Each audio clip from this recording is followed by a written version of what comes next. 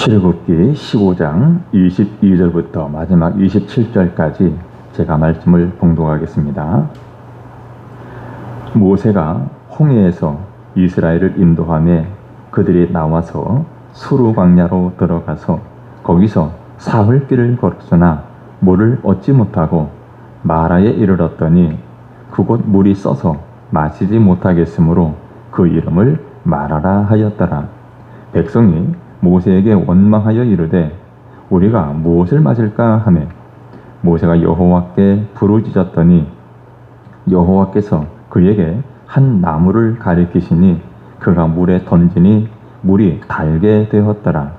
거기서 여호와께서 그들을 위하여 법도와 율례를 정하시고 그들을 시험하실세 이르시되 너희가 너희 하나님 나 여호와의 말을 들어 순종하고 내가 보기에 의를 행하며 내 계명에 귀를 기울이며 내 모든 규례를 지키면 내가 애굽 사람에게 내린 모든 질병 중 하나도 너희에게 내리지 아니하리니 나는 너희를 치료하는 여호와임이라. 그들이 엘림에 이르니 거기에 물샘 12과 종려나무 70그루가 있는지라. 거기서 그들이 그 물 곁에 장막을 치니라. 아멘. 오늘 이 시간에는 단물로 변한 마라의 쓴물이란 제목으로 함께 말씀을 나누겠습니다. 마라의 쓴물. 여러분, 우리가 살다 보면 우리 앞에 뜻하지 않은 인생의 쓴물이 다가옵니다. 고난의 강물이 폭포수처럼 쏟아집니다. 헤어나오기 힘든 수렁이 다가올 때가 있습니다. 삶의 무게가 힘들어서 차라리 죽었으면 좋겠다, 이런 고통이 다가올 수 있습니다. 여러 가지 경제적인 문제, 부채로 인해서 혹은 질병으로 인해서 또 사고로 인해서 또 가족의 장애로 인해서 또 직장의 실적으로 인해서 그리고 심각한 인간관계로 인해서 때로는 자신의 잘못으로 인해서 때로는 남의 잘못 때문에 인생에 쓴물이 다가올 때가 있습니다. 이렇게 인생의 쓴물이 다가올 때 어떤 사람은 다가온 그 고난이 걸림돌이 되어서 넘어져 일어나지 못하는 사람이 있고 또 어떤 사람은 오히려 그 고난을 디딤돌로 삼아서 도약해서 새롭게 일어나는 사람도 있습니다. 여러분, 이와 같이 예고 없이 다가오는 고난 앞에서 오늘 우리 믿음의 사람들은 어떻게 살아야 하겠습니까? 여러분, 우리는 고난이 다가올 때 과거를, 즉 이미 일어난 일을 가지고 원망하지 말고 기도해야 합니다. 오늘 본문 앞에 나오는 14장의 내용을 보면 이스라엘 백성들이 홍해를 건넌 사건이 기록되어 있습니다. 홍해를 건넌 사건은 너무나 유명한 사건이죠. 그야말로 놀라운 기적이 일어난 일입니다. 이스라엘 백성들 약 200만여 명이 죽을 위기에서 홍해를 가르시는 하나님의 능력을 체험했습니다. 하나님의 은혜로 말미암아 그 홍해를 건넌 이스라엘 백성들, 이제는 완전히 애굽으로부터 탈출, 해방된 것입니다. 그러니 얼마나 그 순간 기쁘고 감격스럽겠습니까? 그래서 그 기쁨을 노래하는 내용이 오늘 본문 앞에 나오는 15장 1절로 21절에 소개되어 있습니다. 자, 그런데 그로부터 3일이 지나자 문제가 생겼습니다. 희망의 부푼 삶의 앞길에 먹구름이 다가온 것입니다. 모세의 지시에 따라서 광야길을 3일을 걸었는데 인간 생존에 가장 필수적인 물이 없는 것입니다. 자, 3일째 되던 날 그들이 마라라는 곳에 도착했습니다. 거기서 물을 발견했죠. 물을 발견했으니 얼마나 좋았겠습니까? 이제는 살았다라고 생각합니다. 그리고는 한 모금씩 마시는데 물이 너무 써서 먹을 수가 없었습니다. 사흘 만에 물을 만났고 그 물을 먹었더니 너무 써서 마실 수가 없어요. 그러니 이스라엘 백성들이 어떻게 합니까? 24절에 보면 백성이 모세에게 원망하여 이르되 라고 말합니다. 원망했습니다. 이 원망했단 말은 불평했다는 말입니다. 여러분, 3일 전에는 기적적으로 홍해를 건너서 감격하면서 찬양하던 그들의 입술이었습니다. 그런데 쓴 물 때문에 찬양하던 그 입술이 원망하며 불평하는 입술로 바뀐 것입니다. 여러분, 오늘날에도 마찬가지입니다. 가정에 어려운 문제가 생기면 원망합니다. 또 사업이 잘 되다가 고난이 다가오고, 또 때로 건강하게 살다가 어느 날 질병이 다가옵니다. 그러면 기뻐하고 찬양하던 입술에서 원망과 불평이 쏟아집니다. 심지어 어떤 사람은 이런 고난 앞에서 교회도 필요 없고 하나님 믿어봤자 쓸데없고 기도해봤자 아무 소용없다, 그렇게까지 말하는 이들도 있습니다. 여러분, 이스라엘 백성들이 원망하는 이유가 무엇입니까? 누구를 원망합니까? 24절을 보면 백성이 모세에게 원망했습니다. 모세에게. 무슨 말입니까? 모세에게 책임이 있다라는 말이죠. 모세에게 다 책임이 있어요. 모세가 우리를 이곳 광야로 인도했기 때문에 이런 결과가 나왔다라는 말이죠. 여러분, 그들이 광야로 나온 이 사건, 이미 일어난 일입니다. 그런데 이미 일어난 일을 가지고 원망하고 책임 공방을 해서는 안 됩니다. 이미 일어난 고난 때문에 책임 공방을 하면 결국에는 서로가 원수가 되고 맙니다. 여러분, 집안에 아이가 있는데 아이가 공부를 못합니다. 또 아이가 다쳤습니다. 또 때로는 아이가 질병에 걸렸습니다. 그러면 그 아이를 놓고 부부가 서로 내 탓이라고 책임 공방을 하면 결국 부부가 원수가 되고 맙니다. 회사에서도 실적이 떨어졌습니다.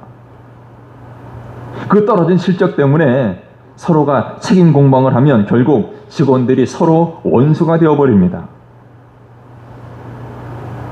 우리 성도들 중에서도 어떤 사람은 정말 하나님이 살아계시다면 어떻게 우리 가정에 이런 어려움을 주고, 하나님 살아계시다면 어떻게 나에게 이런 질병과 이런 장애를 주십니까?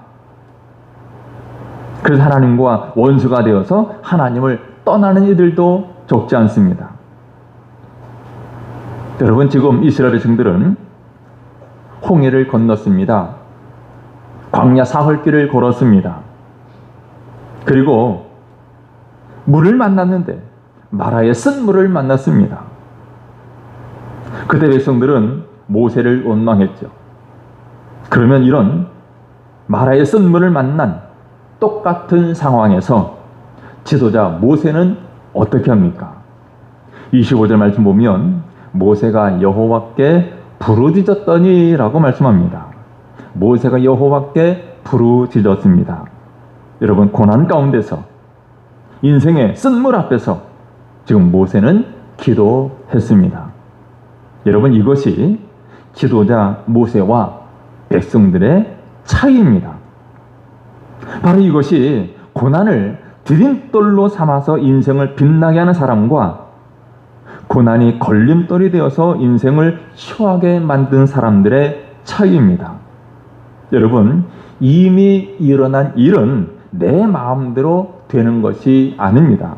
이미 일어난 일은 다시 되돌이킬 수가 없습니다. 중요한 것은 그 일에 대한 나의 태도입니다. 어떤 태도를 가지느냐에 따라서 미래는 달라지고 또 과거는 새롭게 해석되는 것입니다. 여러분, 우리가 인생의 여러 가지 쓴물을 만날 때, 그리고 여러 가지 장애물이 우리에게 다가온다면 그것은 하나의 신호로 받아들여야 됩니다. 하나님의 사인이죠. 어떤 사인입니까? 하나님을 의지하라는 신호요, 사인입니다. 내 능력을 보면서 나는 할 수 없다라고 포기하는 것이 아닙니다. 또 누구 책임이냐? 너 때문이다. 책임 공방하는 것도 아닙니다. 누가 잘못해서 이런 일이 일어났다고 접근하는 것이 아닙니다. 쓴물을 만나고 장애물이 다가오면 나는 연약하니, 우리 인간의 힘은 연약하니 하나님께 기도하라는 하나님의 신호로 봐야 합니다. 원망하고 불평할 힘이 있다면 그 힘으로 우리는 하나님께 기도해야 합니다. 여러분, 어떤 일이든 이미 일어난 일은 원망하고 불평한다고 해결될 일이 아닙니다. 그때 우리는 무조건 기도해야 합니다. 여러분, 혹시 여러분 자신의 질병으로 혹은 가족의 질병으로 고통 중에 있습니까? 원인은 누구에게 있느냐? 책임 공방하지 말고 하나님 앞에 기도하시기를 바랍니다. 야고보서 5장 15절에 이렇게 말씀하죠. 같이 한번 읽어볼까요? 시작. 믿음의 기도는 병든 자를 구원하리니 주께서 그를 일으키시리라. 혹시 죄를 범하였을지라도 사하심을 받으리라. 아멘. 우리 자신이 병들었을지라도, 가족 중에 누가 병에 걸렸을지라도, 누구 때문에 또 무엇 때문에 병에 걸렸다고 책임 공방할 것이 아니라 우리는 그때 기도해야 됩니다. 믿음의 기도는 병든 자를 구원합니다. 하나님께서 그를 일으켜 주십니다. 또 때로는 우리가 다른 사람 때문에 손해볼 수가 있고 다른 사람 때문에 고통당할 수가 있습니다. 때로는 도저히 용서해주고 싶지 않은 원수 같은 사람이 있을 수가 있죠. 만일 그렇다면 어떻게 해야 됩니까? 역시 원망하지 말고 기도해야 됩니다. 예수님 말씀하십니다. 마태복음 5장 44절에 너희 원수를 사랑하며 너희를 박해하는 자를 위하여 기도하라. 도저히 용서해주고 싶지 않은 원수 같은 사람, 그럴지라도 그를 위하여 기도하라고 말씀합니다. 여러분, 때로 우리가 환난을 당하고 고통을 당하고 어려움을 당할 때 낙심하며 원망하지 말고 기도하시기를 바랍니다. 바울은 로마서 12장에서 이렇게 말씀합니다. 소망 중에 즐거워하며 환난 중에 참으며 기도에 항상 힘쓰며, 또 빌립보서 4장 6절에서는 아무것도 염려하지 말고 다만 모든 일에 기도와 간구로 너희 구할 것을 감사함으로 하나님께 아뢰라. 여러분, 고난이 다가올 때 과거에 일어난 일, 이미 일어난 일, 그것을 원망하지 말고 하나님 앞에 기도하시기를 주님의 이름으로 축원합니다. 자, 두 번째, 고난이 다가올 때 우리 믿음의 사람들은 어떻게 해야 됩니까? 지금 포기하지 말고 말씀대로 행해야 합니다. 여러분, 마라의 쓴물, 문제와 고난을 만났을 때 이스라엘 백성들은 지금 어떻게 하고 있습니까? 24절 말씀 보면 모세를 원망하면서 그들이 말하죠. 우리가 무엇을 마실까라고 말합니다. 우리가 무엇을 마실까? 지금 백성들이 물이 없어서 물을 구하기 위해서 이들을 찾아다니는 것이 아닙니다. 우리가 무엇을 마실까? 이 말은 그냥 앉아서 우리는 마실 물이 없다라고 포기하는 것입니다. 지금 닥친 문제를 해결할 방법이 없다고 포기하는 것입니다. 여러분, 고난이 다가올 때 안 된다고 포기하면 그야말로 거기서 끝입니다. 하지만 고난이 다가올 때 믿음을 가지고 행하면 그 고난이 오히려 빛나게 됩니다. 자, 25절 말씀 보면 하나님께서 모세에게 한 나무를 가르치셨습니다. 한 나무를 가르치셨다라는 말은 그 나무를 들어 물에 던지라는 것이죠. 여러분, 나무까지 하나 물에 집어 던진다고 그 쓴 물이 달라지겠습니까? 우리 이성적인 판단으로는 도저히 불가능하죠. 어쩌면 사람들의 조롱거리가 될 수 있습니다. 합리적으로, 과학적으로 전혀 이해가 되지 않습니다. 그리고 지금까지 한 번도 경험해 보지 못한 일입니다. 한 나무를 물에 던지면 과연 그것이 어떤 일이 일어나겠는가? 그러나 모세는 하나님 말씀에 순종해서 그것을 물에 던졌습니다. 어떻게 되었을까요? 본문에 보면 쓴 물이 달게 되었더라. 달게 되었습니다. 쓴 물이 단물로 변했습니다. 여러분, 기도하였으면 확실히 믿고 시행해야 합니다. 백성들은 모세를 향해서 원망했습니다. 그러나 지도자 모세는 하나님께 부르짖었습니다. 그리고 하나님의 말씀을 따라서 하나님 지시하시는, 하나님 가르치신 그 나무를 물에 던졌습니다. 그랬더니 쓴 물이 달게 되었습니다. 여러분, 이성적으로나 합리적으로 이해가 되지 않지만 말씀 붙들고 믿고 행하면 됩니다. 여러분, 마라의 쓴 물을 허락하신 하나님, 그 하나님은 어떤 하나님이십니까?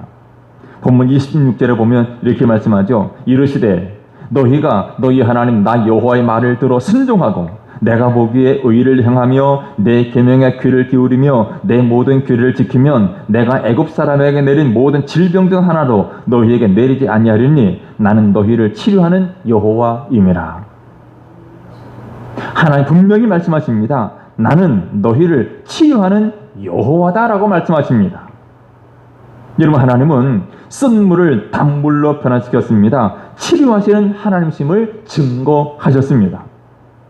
여러분, 물을 고쳤듯이, 물을 변화시켜 주셨듯이 오늘 우리의 영혼의 병과 육신의 질병도 하나님께서 고쳐 주실 줄 믿습니다. 여러분, 쓴 물을 단물로 변화되게 한 이 나무, 하나님께서 지시하신, 하나님 가르치신 그 나무가 상징하는 것이 있습니다. 바로 예수님의 십자가입니다. 여러분, 예수님께서 우리의 모든 병든 영혼들 치유해 주십니다. 우리 예수 그리스도께서 우리의 상한 감정 치유해 주시고 우리의 질병 치유해 주십니다. 자, 베드로전서 2장 24절 같이 한번 읽어봅니다. 시작. 친히 나무에 달려 그 몸으로 우리 죄를 담당하셨으니 이는 우리로 죄에 대하여 죽고 의에 대하여 살게 하려 하심이라. 그가 채찍에 맞음으로 너희는 나음을 얻었나니.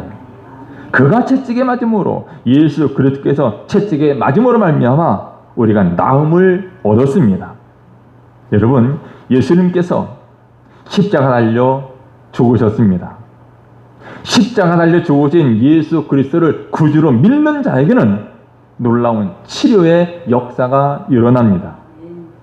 나를 구원하시려고 십자가에 달리신 예수를 믿는 자마다 영혼이 치유받고 영생을 얻게 되는 것입니다. 여러분, 여러분의 질병이 무엇입니까? 여러분이 만난 쓴 물이 무엇입니까?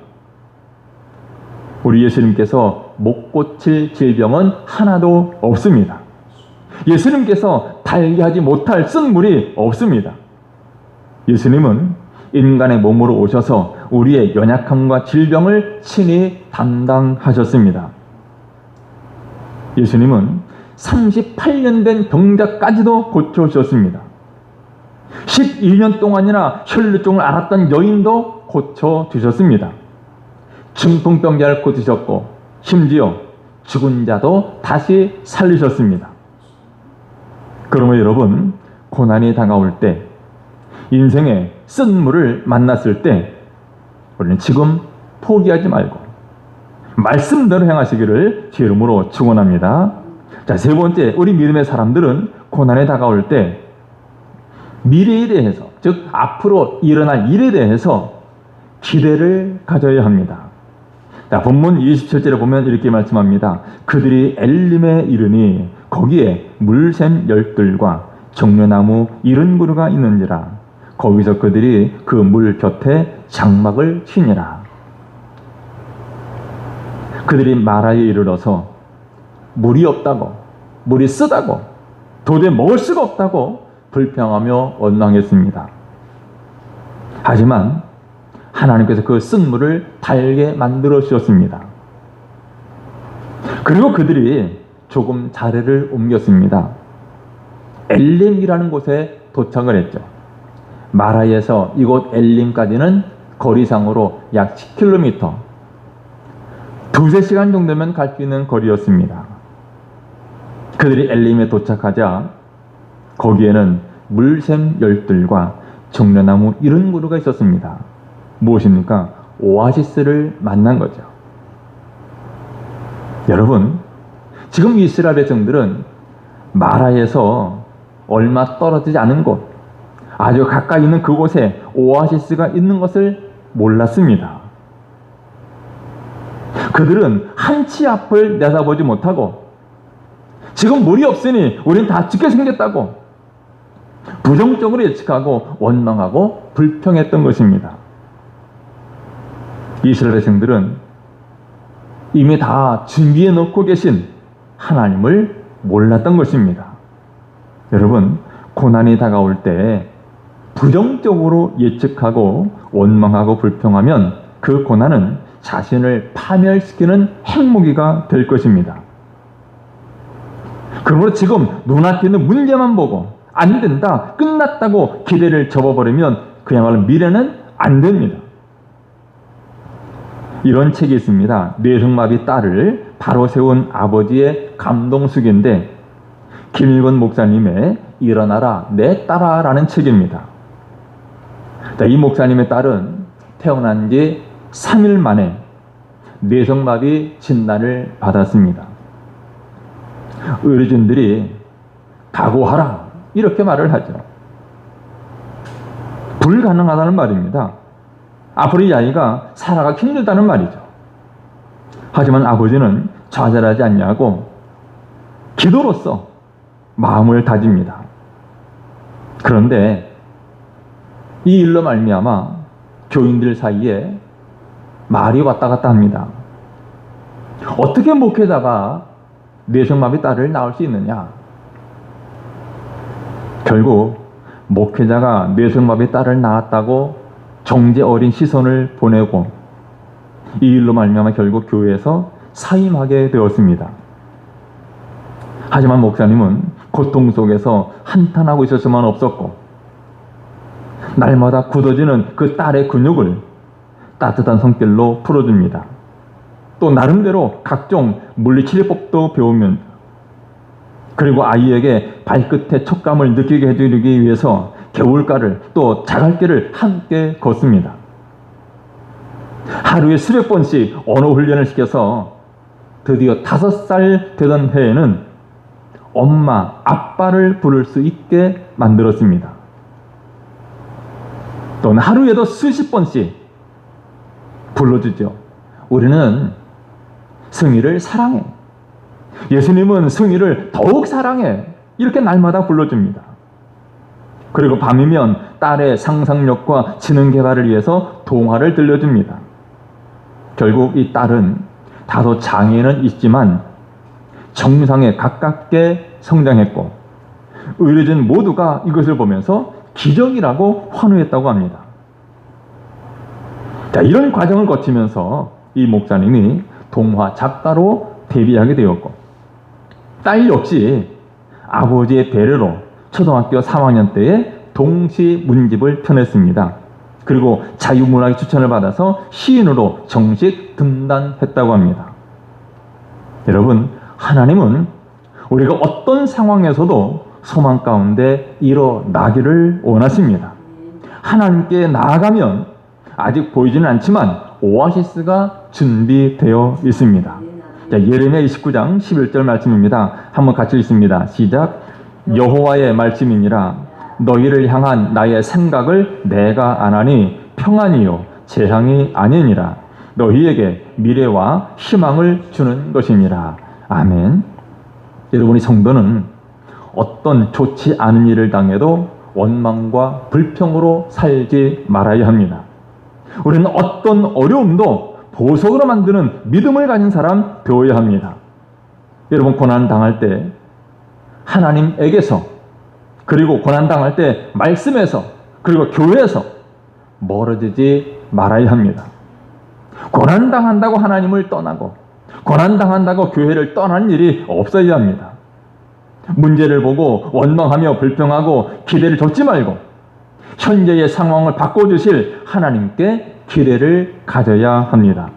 고난이 다가올 때 기대를 갖고 하나님께 가까이 나아가면 하나님은 우리 앞에 오아시스를 펼쳐주어서 그 고난은 우리 인생을 빛나게 하는 보석이 되게 할 것입니다. 여러분, 우리 인생길에 마라의 쓴물을 허락하신 하나님, 그 하나님은 우리 앞길에 엘림을 준비해 놓고 계시는 하나님이십니다. 우리는 앞길을 모르기 때문에 조금만 어려움이 와도 불평하고 원망합니다. 아이들이 엄마가 공부를 시키면 뭐라고 말합니까? 엄마는 우리를 놀지도 못하게 하고 맨날 공부만 시킨다고 말하죠. 불평하고 원망해요. 여러분, 엄마가 아이에게 놀지 못하게 하고 공부시키는 이유가 있죠. 그러나 아이는 그것을 알지 못합니다. 그러니 원망하고 불평하는 거죠. 우리도 마찬가지입니다. 앞길을 모르기 때문에 조금만 어려움이 와도 불평하고 원망해요. 하지만 우리 하나님은 우리의 미래를 다 알고 계시는 분이십니다. 하나님은 전능하신 분이십니다. 하나님은 좋은 것을 예비하시고 그것으로 인도하시는 분이십니다. 하나님은 합력하여 선을 이루신 분이십니다. 여러분, 하나님께서 엘림을 준비하고 계십니다. 우리 가정에도, 우리 교회에도, 우리 인생에도 하나님 예비하고 계시는 더 좋은 것들이 남아 있습니다.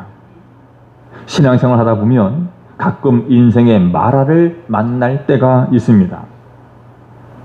홍해를 건너는 영광과 기쁨의 순간도 있지만 마라의 쓴물을 만날 때도 있습니다. 애매하게 고난을 받습니다. 때로는 인정받지 못하고 소외되기도 합니다. 때로는 경제적인 어려움 때문에 눈물을 흘리기도 합니다. 때로는 자녀의 교육 문제, 또 질병으로 가슴 아파하기도 합니다. 때로는 사람들로부터 오해도 받고 비난도 받습니다. 여러분, 그때 여러분은 원망의 입술로 살겠습니까? 아니면 기도하는 입술로 살겠습니까? 그때 여러분은 불평하며 포기하겠습니까? 아니면 말씀 붙들고 순종하시겠습니까? 여러분, 고난이 다가올 때 이미 일어난 일은 원망하지 말고 기도해야 합니다. 그리고 고난 때문에 포기하지 말고 더욱 말씀대로 행해야 됩니다. 왜냐하면 하나님은 우리를 치료하시는 하나님이십니다. 말의 쓴물을 허락하신 하나님은 단물로 바꿔주시는 치료의 하나님이십니다. 그리고 고난이 다가올 때 앞으로 일어난 일에 대해서 우리는 기대를 가져야 합니다. 우리 인생길에 말의 쓴물을 허락하신 하나님은 우리 앞길에 엘림을 준비해 놓고 계시는 하나님이십니다. 여러분, 여호와 라파, 치료하신 하나님이 쓴 물을 단물로 바꾸어 주실 것입니다. 엘림의 오아시스를 우리 앞에 펼쳐 주실 것입니다. 이 믿음을 갖고 하나님의 풍성한 은혜를 누리며 살아가는 저 여러분 되시기를 주의 이름으로 축원합니다. 기도하겠습니다. 존귀하신 우리 하나님, 우리 인생길에